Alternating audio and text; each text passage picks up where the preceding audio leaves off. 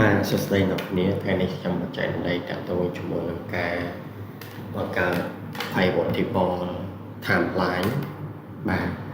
ហើយក្នុងថ្ងៃនេះខ្ញុំនិយាយរឿងបន្តិចតាក់ទងជាមួយនឹងការប្រើប្រាស់ទៅលើ pivotable នឹងបាទជាដំបូងខ្ញុំមានតាតាក់ទងជាមួយនឹងការទិញលក់សិនណាហ្នឹងហើយដូចខ្ញុំបង្ហាញអញ្ចឹងតាក់ទងជាមួយថ្ងៃទិញ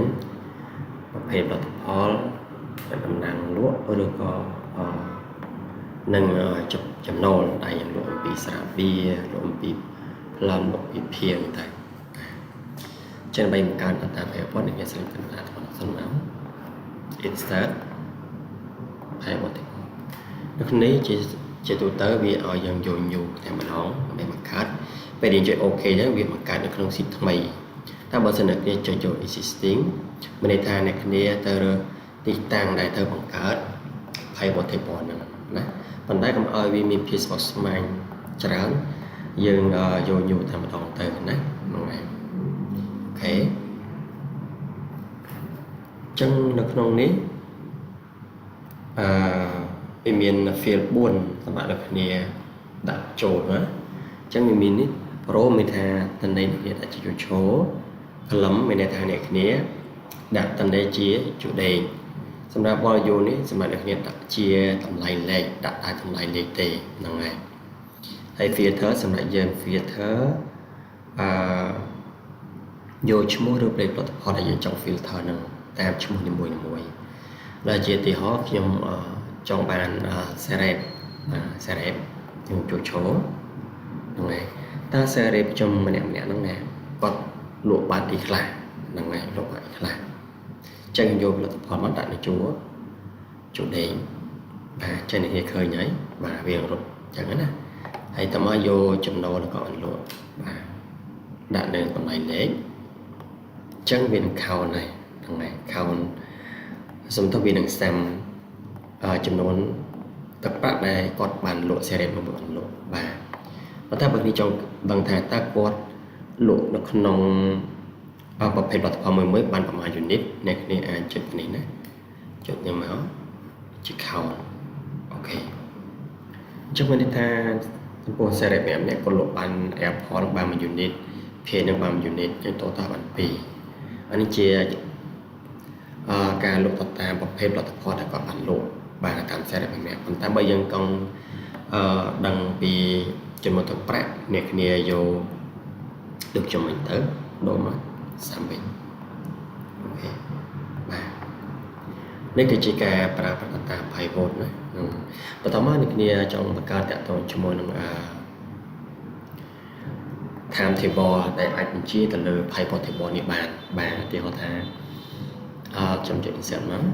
អ្នកគ្នាចុច timeline បាទខ្ញុំចុច tick មកបាទនេះជា timeline ដែលលក់សរុបតាមរយៈពេលដែល serep យើងបានលក់ណាបាទនៅក្នុងនេះយើងអាច select មើលតាមtime table នឹងបានហ្នឹងហើយតែតាម table របស់យើងហ្នឹងគាត់លក់តាមខែមួយបានប្រហែលខែបាទចុះតែខែ1បាទគាត់លក់អំប៉ុណ្ណេះខែ2 serep ណាលក់បានខ្លះបាទខែ3ខែ4ទៅបើនេះចង់ដឹងថាពីខែ1ដល់ខែ4តើណាលក់បានអីខ្លះអ្នកគេអាចចុចជាមកដូចខ្ញុំមកបាទអញ្ចឹងវានឹង select លើ timeline ឲ្យយើងហើយមួយទៀតបើសិនអ្នកគ្នាចង់បានអញ្ចឹងទេអ្នកគេចង់បង្កើតមួយទៀតតាក់ទងជាមួយនឹងslicer បង្កើត slicer ណាអញ្ចឹងទី1បង្កើត timeline ទី2 slicer សម្រាប់យើងចែកទៅ field ដូចគ្នាឧទាហរណ៍ថាខ្ញុំចង់បាន2ណាដើម្បីបញ្ជាលើ pivot table ហ្នឹងចុចយក product ឬ serep នេះ2អូខេមកអញ្ចឹងវាឲ្យនឹង slicer យ៉ាង2បាទ2ណាសម្រាប់បញ្ជាទៅលើ pivot table underline ហ្នឹងទៀតពេលអ្នកគ្នាចង់ដឹងតាក់ទង serep មួយអ្នកគ្នាអាចចុចទៅលើ